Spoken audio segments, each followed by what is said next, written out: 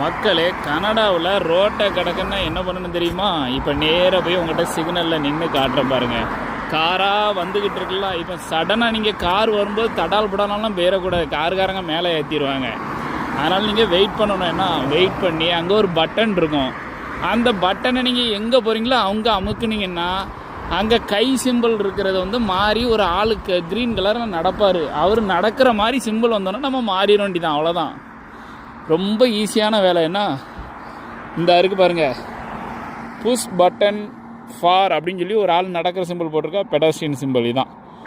இதை ஒரு அமுக்கு அமைக்கிறோம் பார்த்தீங்களா? அமுக்குன உடனே அந்த எய்த்தால் கை தெரியுதா?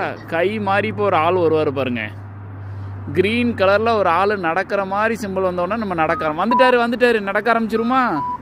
வாங்க பாருங்க, எல்லா காரும் ஆட்டோமேட்டிக்காக, இந்த காரு நின்றுட்டு அங்கே எல்லா காரும் நின்றுட்டு எந்த காரும் ஓடாது. க்ரீன் சிக்னல் யாருக்கு? நடக்கிற நமக்கு தான். நம்ம நடந்து இப்போ இந்த பரம் வந்தாச்சு. இப்போ அங்கே போனோம்னா இதை அமுக்கணும், இந்த இடமா இப்படி ஓரமாக நம்ம போயிடலாம் எங்கே போனாலும். ஏன்னா பட்டன் அமுக்காமல் வந்துடாதீங்க, கார்காரங்க இடிச்சிருவாங்க. மக்களே கவனமாக இருக்கணும்.